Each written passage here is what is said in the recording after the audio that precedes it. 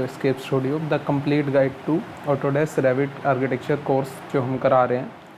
तो इसके अंदर अब मॉड्यूल 1 में यूनिट 1 करने के बाद यूनिट 2 में हम बात करेंगे द रिबन मेन्यू की, और इस यूनिट में हम बात करेंगे menu tabs, panel tools, the quick access tool bar. Detail में हमने पीछे भी किया था, minimizing panels, cancelling command, configuration the menu according to discipline. तो सबसे पहले शुरू करने से पहले हमें सब कुछ अंडरस्टैंड करना पड़ेगा ताकि हमें बिल्कुल दिक्कत ना हो आगे जाके। तो शुरू करते हैं। तो हमने रेविट आर्किटेक्चर खोल के उसके अंदर आर्किटेक्चर टेम्पलेट ले लिया।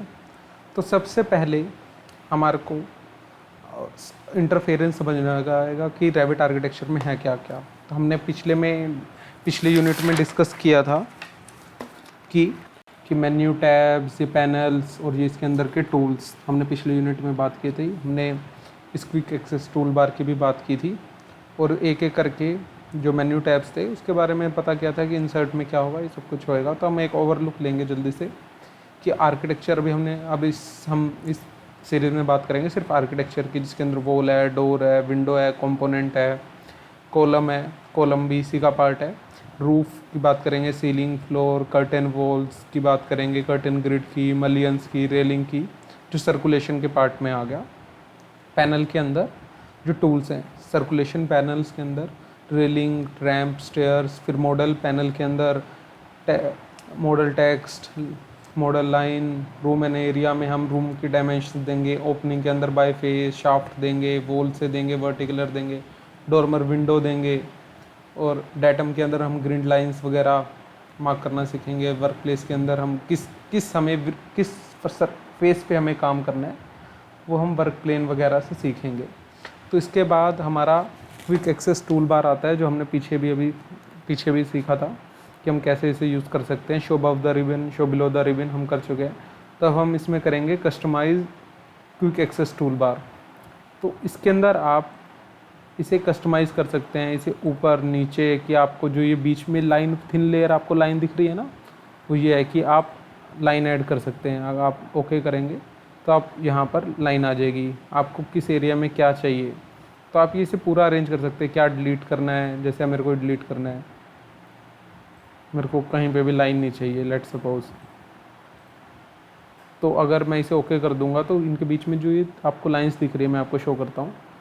एक जगह लाइन देके सिर्फ आप देखिएगा जो बीच की लाइंस थी वो हट के सिर्फ यहाँ पे लाइन रह गई है। वो आप इसे कर सकते हैं कस्टमाइज़ में जाके। इसके बाद मेन्यू टैब में मैंने आपको पीछे भी बताया था कि आप यहाँ पर ये ऑन ऑफ कर सकते हैं। जैसे मुझे स्ट्रक्चर नहीं चाहिए और वो नहीं चाहिए, तो मैं इसे ओके कर दूँगा तो मेरे को स्ट्रक्चर्स वाला पार्ट गायब हो जाएगा, सिर्फ सिस्टम आ जाएगा। अगर मुझे सिस्टम भी नहीं चाहिए तो मैं यूज़र इंटरफेरेंस में जाके सिस्टम, पाइपिंग सिस्टम, वो सब ऑफ कर दूँगा। देखिए सिर्फ आर्किटेक्चर, इंसर्ट।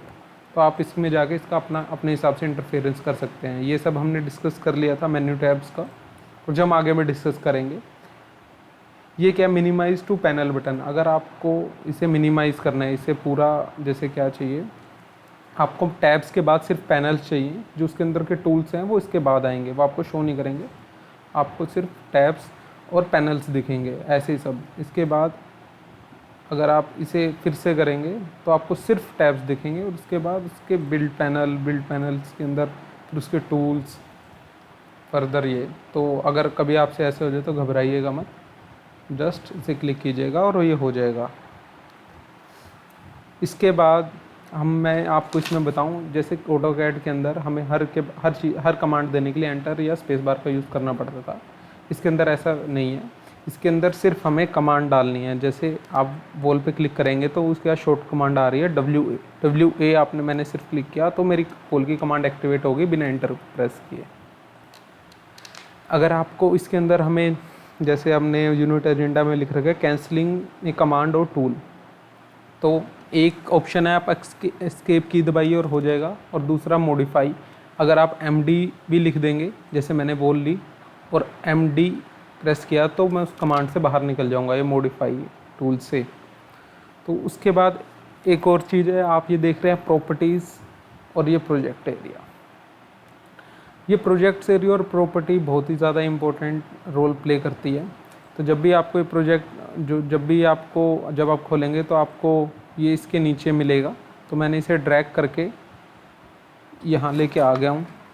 तो आपको अगर ये ऐसे मिले तो ये हमारा स्क्रीन एरिया। पर ये जब आपको प्रॉपर्टीज़ वगैरह मिलेंगे तो आपको इसे अरेंज करना पड़ेगा। तो मैंने इसे यहाँ सेट कर रखा है। इसे आप कुछ नहीं, सिंपली ड्रैग कीजिए और इस कॉर्नर पे ले जाके,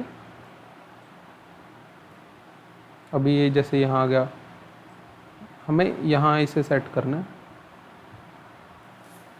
तो इसे आप इसे ड्रैग करेंगे तो ये इस तरफ वर्क स्पेस हमारा कम हो गया, ये प्रॉपर स्पेस ले लेगा। अगर आप इसे ऐसे रखेंगे तो ये आपके वर्क स्पेस में ही काम करेगा। मान लो आपने यहाँ वॉल बनाई तो इसके पीछे छिप जाएगा, पर आप इसे सही से अरेंज कर देंगे तो वर्क स्पेस हमारा छोटा हो जाएगा और आप यहाँ सही से काम कर पाएंगे। आपका वर्क स्पेस इतना हो गया। आप इसका साइज़ भी कस्टमाइज़ कर सकते हैं।